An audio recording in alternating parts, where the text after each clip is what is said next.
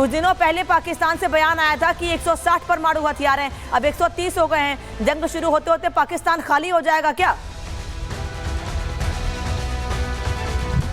देखिए, इसका जवाब प्रधानमंत्री नरेंद्र मोदी ने भी इससे पहले जो है वो दिया था, जिसमें उन्होंने कहा था कि जब पाकिस्तान ये कहता है कि हम न्यूक्लियर स्टेट हैं, तो क्या हिंदुस्तान के जो न्यूक्लियर वेपन्स हैं क्या वो दिवाली पर छोड़ने के लिए रखे हुए हैं। और सबसे बड़ी बात यह है कि हनीफ कुरैशी जो है जिस तरीके की डींगे हाँक रहे हैं, उन्हें पता है कि भारत की सेना के सामने, भारत की चाहे एयरफोर्स हो, चाहे नेवी हो, चाहे फिर आर्मी हो, उसके सामने जो है पाकिस्तान की आर्मी, जो वहाँ की नेवी है या फिर वहाँ की जो फोर्सेज हैं, वो कहीं नहीं टिकती हैं। और इस वक्त जो गीदड़ भपकियाँ दी जा रही हैं वो सिर्फ इसलिए दी जा रही है क्योंकि भारत जो है वो पूरी तरीके से इस मोड में आ चुका है कि आखिर कब जो है बड़ा ऑपरेशन यहां से जो है वो किया जाए। और इसीलिए पूरी तरह से स्थितियां और जो टांगे हैं वो पाकिस्तान के हर एक नेता की, हर एक अधिकारी की, जो आर्मी चीफ है उनकी इस वक्त कांप रही हैं। और इसलिए गीदड़ भपकियां इस वक्त लगातार यहां पर दी जा रही हैं। पूरी दुनिया जानती है कि हिंदुस्तान की ताकत क्या है। और इससे पहले भी चाहे उरी में या फिर पुलवामा में जिस तरीके का हत्याकांड किया गया था आतंकवादियों को, उसके बाद अंजाम और जो मजा है वो पाकिस्तान को चखाया गया था। और इस वक्त हम जो लगातार तस्वीरें देख रहे हैं, हिंदुस्तान की नेवी ने जिस तरीके से आज ब्रह्मोस मिसाइल का परीक्षण किया है, इससे पहले जो है हम एयरफोर्स की बात करें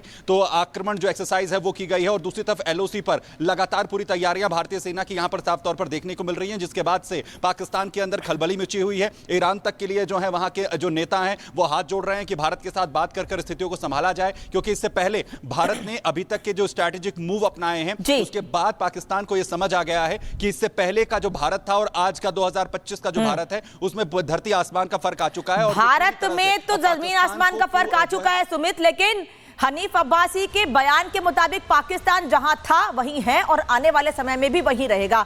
जतिन, ये बात इसलिए क्योंकि पाकिस्तान की आर्थिक स्थिति दुनिया के किसी देश से छिपी हुई नहीं है। शायद ही कोई ऐसा देश हो जिसके सामने पाकिस्तान ने कटोरा ना फैलाया हो। और यही वजह है, अब जब परमाणु हथियार कम होने की बात पाकिस्तान की ओर से सामने आ रही है तो सवाल ये पूछा जा रहा है कि क्या अपने आर्थिक हालात को सुधारने के लिए अपने हथियारों को बेच दिया आपने? बिल्कुल, देखिए सवाल ये भी है कि क्या वाकई परमाणु हथियार जितनी संख्या में पाकिस्तान बोलता है वो उनके पास थे भी क्या, या वो हमेशा सिर्फ धमकी देने के लिए ही इन सब बातों का इस्तेमाल पाकिस्तान करता नजर आ रहा है। क्योंकि आप परमाणु हथियारों की बात कर रहे हैं, लेकिन उनके जो एक तरफ पनडुब्बी है, ये भी पता लग रहा है कि सिर्फ 2 या 3 ही एक्टिव है, बाकी सब मेंटेनेंस में गई हुई हैं। उनके पास युद्धपोत नहीं है। आप अगर अपने स्ट्रेंथ को देखेंगे तो पाकिस्तान का स्ट्रेंथ सैनिकों के तौर पर भारत से बेहद कम है। तो कहीं ना कहीं जो बातें वो करते हैं, अक्सर आप देखेंगे कभी भी कोई भी इस तरीके का विवाद होता है तो वो परमाणु हमले की जो बात है वो करते हैं। लेकिन आज भारत ने बिल्कुल स्पष्ट एक मैसेज दे दिया। ब्रह्मोस मिसाइल का जिस तरीके से प्रशिक्षण किया गया, एक मैसेज ये दे दिया गया कि आप सिर्फ बातें कर रहे हैं लेकिन हम आपको वो करके दिखाएंगे। और उस प्रशिक्षण को करके नेवी ने हमारा ये साबित कर दिया कि अगर आपने कोई भी गलती की या कोई भी हिमाकत की तो उसका जवाब आपको हम समुद्र से भी दे सकते हैं। पाकिस्तान की तस्वीर आप 170 160 कह के ढींगे हाँकने की कोशिश पाकिस्तान की ओर से की जा रही थी और हनीफ अब्बासी की मुंह से सच्चाई निकल गई है। धन्यवाद जतिन और सुमित, आप दोनों का इस तमाम जानकारी के लिए। अब परमाणु हथियारों को लेकर पाकिस्तान की ओर से जो अलग अलग दावे सामने आ रहे हैं, मैं उस पर भी आपको बात बता देती हूं कि आखिर परमाणु हथियारों को लेकर क्या दावे अब तक पाकिस्तान को लेकर सामने आए हैं। केवल पाकिस्तान की ओर से नहीं बल्कि दुनिया के दूसरे देशों ने भी पाकिस्तान को लेकर बयान दिया था। दरअसल पाकिस्तान ने यह पहले कहा था कि 160 परमाणु हथियार हैं, लेकिन उसके बाद Stockholm International Peace Research Institute ने 170 परमाणु हथियार होने की बात कही थी। उसके बाद अब पाकिस्तान के रेल मंत्री कह रहे हैं 130 परमाणु हथियार पाकिस्तान के पास है। यानी पाकिस्तान झूठा था, झूठा है और आगे भी झूठा रहेगा। उसके परमाणु हथियार के इन दावों से यह बात तो साफ हो गई है। और वो पाकिस्तान जो बार बार कह रहा है कि पहलगाम हमले में पाकिस्तान का हाथ नहीं है, वो उनके इन अलग अलग 3 दावों से साफ हो गया है कि पहलगाम हमलों में किसका हाथ है, पाकिस्तान का हाथ है कि नहीं है। जो देश परमाणु हथियारों को लेकर अपने देश के लोगों को अंधेरे में रख सकता है, वो क्या पहलगाम को लेकर सच्चाई बोलेगा?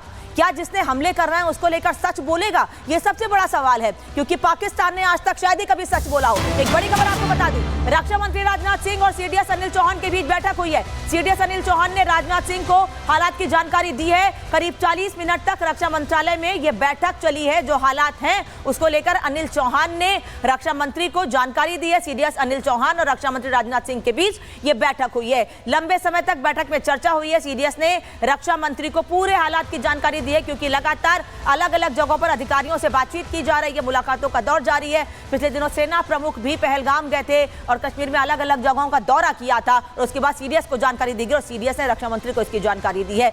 ऋतु हमारे साथ है। ऋतु, लंबे समय तक ये बैठक चली है, एक तरफ लगातार हालात पर नजर बनी हुई है कि क्या भारत आगे कदम उठाएगा, वहीं लगातार बैठकों का दौर जारी है। ये बड़ी बैठक बेहद महत्वपूर्ण।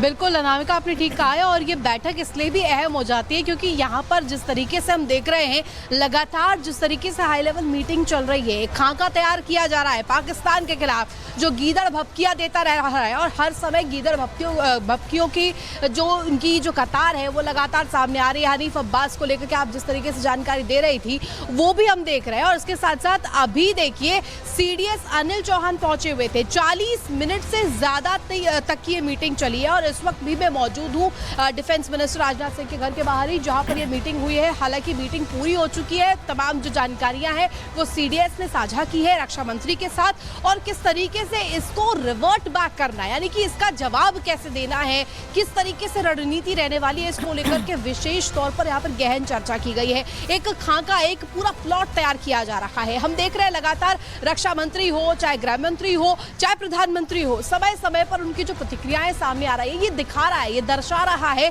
कि आखिर किस तरीके से आगे बढ़ा जा रहा है। पाकिस्तान के खिलाफ एक फ्रंट कैसे तैयार किया जा रहा है, चाहे डिप्लोमेटिकली हो, स्ट्रेटेजिकली हो, या फिर हम बात करें उस कदम की जो कि उठाया गया है जिसमें पानी बंद कर दिया गया पाकिस्तान का और पानी के लिए, यानी कि चलिए करीब 40 मिनट तक ऋतु ये बैठक हुई है और इसमें हम भी ये जानते हैं कि कई महत्वपूर्ण बिंदुओं पर चर्चा हुई होगी, क्योंकि पिछले दिनों गृह मंत्री अमित शाह भी हरमे के तुरंत बाद पुलवामा श्रीनगर गए थे और उसके बाद खुद सेना प्रमुख भी गए थे और जम्मू कश्मीर में अलग अलग जगहों का दौरा भी किया था और उसके बाद ये बैठक बेहद महत्वपूर्ण मानी जा रही है। धन्यवाद आपका इस जानकारी के लिए। अब आपको ये तस्वीर दिखा देती हूँ कि कैसे भारत बड़े कदम उठा रहा है।